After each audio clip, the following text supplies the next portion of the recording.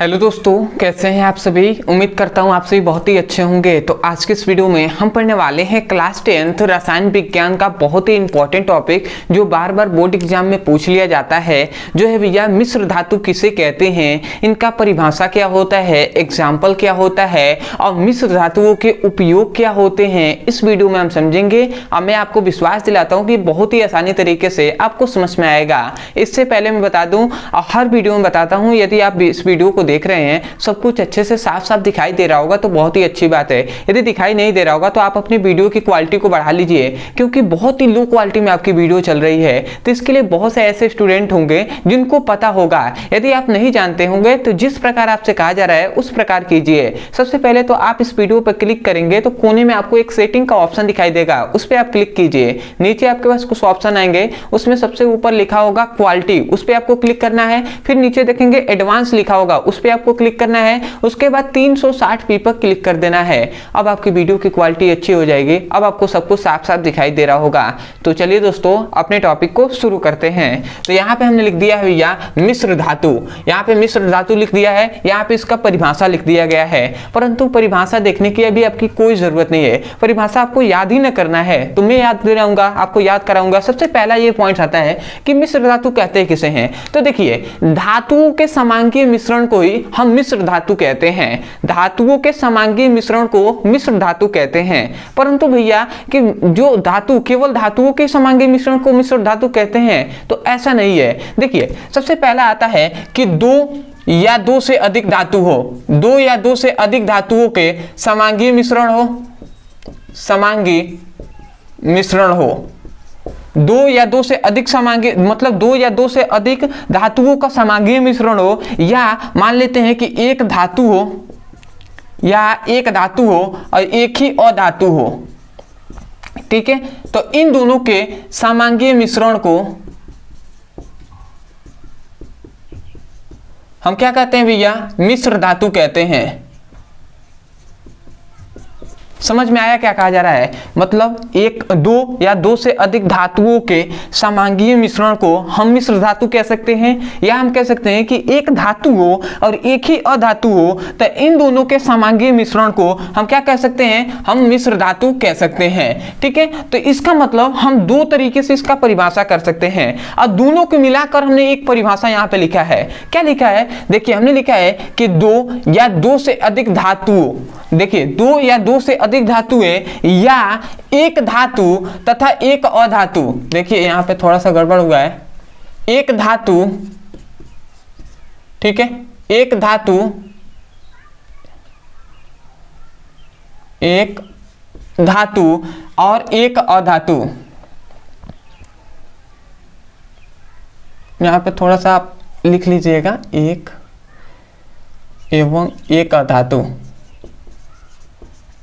थोड़ा सा लिखने में मिस्टेक हो गया है, तो आप समझ सकते हैं। मतलब यहाँ पे ये कहा गया है कि दो या दो से धातु, दो या दो से अधिक धातु या एक धातु एवं एक अधातु के समांगीय मिश्रण को मिश्र धातु कहते हैं। तो आशा करते हैं कि आपको समझ में आया होगा। अब मैं तो बस आपकी संतुष्टि के लिए यहाँ पे लिख देता हूँ कि हाँ डेफिनेशन लिखा गया है, परंतु मैं तो हर वीडियो में मैं आपको यहीं से याद कराता हूँ। तो हम कह सकते हैं कि दो या दो से अधिक धातुओं के समांगीय मिश्रण या एक धातु तथा एक अधातु के समांगीय मिश्रण को मिश्र धातु कहते हैं। बताइए, आप यहां से कह सकते हैं ना, आप कहेंगे क्या कि दो या दो से अधिक धातुएं, दो या दो से अधिक धातुएं या एक धातु तथा एक अधातु के समांगीय मिश्रण को मिश्र धातु कहते हैं। तो आशा करते हैं आप समझ गए होंगे कि दो या दो से अधिक धातु होंगे तो उसके समांगीय मिश्रण को मिश्र धातु कहेंगे, या एक ही धातु होगा तो एक अधातु होगा तो उसके समांगीय मिश्रण को मिश्र धातु कहते हैं। परंतु आपको एक और डाउट होगा कि भैया समांगीय मिश्रण किसे कहते हैं। तो मैंने तो बहुत ही अच्छे तरीके से जब मिश्रण पढ़ाया था तो उसमें हमने बताया है समांगीय और विसमांगीय, परंतु फिर भी मैं आपको बता दूं कि समांगीय मिश्रण किसे कहते हैं। यदि छोटा सा मैं बताऊं तो ऐसे आप कह सकते हैं कि ऐसा मिश्रण जिसको हम देखकर न बता सकें कि इसमें कौन कौन से पदार्थ मिले हैं, उसे ही हम समांगीय मिश्रण कहते हैं। समझ में आया। मतलब ऐसा मिश्रण जिसको हम देखकर न बता सकें कि इसमें कौन कौन से पदार्थ मिला है। जैसे थोड़ा सा मैं अच्छे से समझा दूं तो मान लेते हैं एक गिलास है और एक और यहाँ पे गिलास है, ठीक है। इसमें आपने पानी और यहाँ पे चीनी घोल दिया, इसमें भी आपने नमक घोल दिया, नमक, और इसमें पानी। समझिएगा, ये 2 कांच के गिलास है, एक में हमने पानी के साथ चीनी घोला है और एक में पानी के साथ नमक घोला है। ठीक है, अब दोनों गिलास को आपके सामने रख दिया जाए और आपसे पूछा जाए बताइए किस में नमक घोला गया है और किस में पानी। तो क्या आप केवल देखकर बता सकते हैं कि किस में नमक घोला गया है और किस में पानी? तो आप कहेंगे नहीं, हम देखकर नहीं बता सकते जब तक कि उसको टेस्ट ना किया जाए। समझ रहे हैं ना? तो हम यही तो कह रहे हैं कि ऐसा मिश्रण जिसको देखकर न बता सके कि इसमें कौन कौन से पदार्थ मिले हैं, तो उस मिश्रण को समांगी मिश्रण कहते हैं। और ऐसा मिश्रण जिसको देखकर बता सकें कि इसमें कौन कौन से पदार्थ मिले हैं, तो उस मिश्रण को विसमांगी मिश्रण कहते हैं। तो आशा करते हैं कि आपको समझ में आया होगा। इसी प्रकार याद किया जाता है, कभी भी रटा नहीं जाता है। अब आता है उपयोग क्या होता है। तो आशा करते हैं इसका डेफिनेशन समझ गए होंगे, यहां से आप डेफिनेशन लिख सकते हैं। उसके बाद आता है इसका उपयोग। तो इसका उपयोग बहुत सारे होते हैं। पहले एग्जाम्पल में आपको बता दूं कि एग्जाम्पल तो छूट ही गया, तो याद है कि इसका एग्जाम्पल आप पीतल लिख सकते हैं। ठीक है, पीतल लिख सकते हैं, कॉपर लिख सकते हैं, जिंक, मतलब पीतल के साथ कॉपर और तीसरा लिख देंगे जिंक।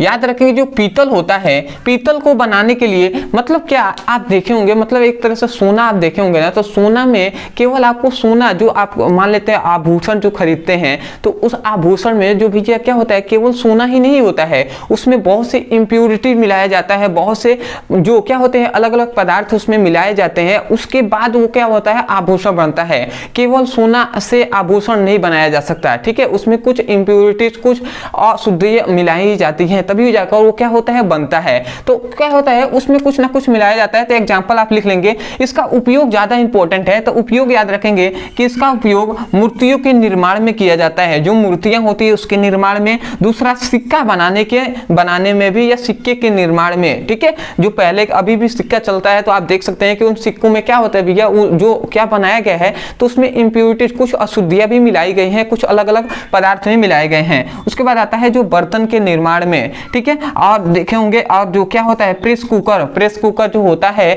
जो क्या होता है, जो वाष्प पदार्थ जो उसमें से निकलता है, जो सीटी मारता है, वो क्या होता है, जो कुकर होता है, उसके भी निर्माण में इसका प्रयोग किया जाता है।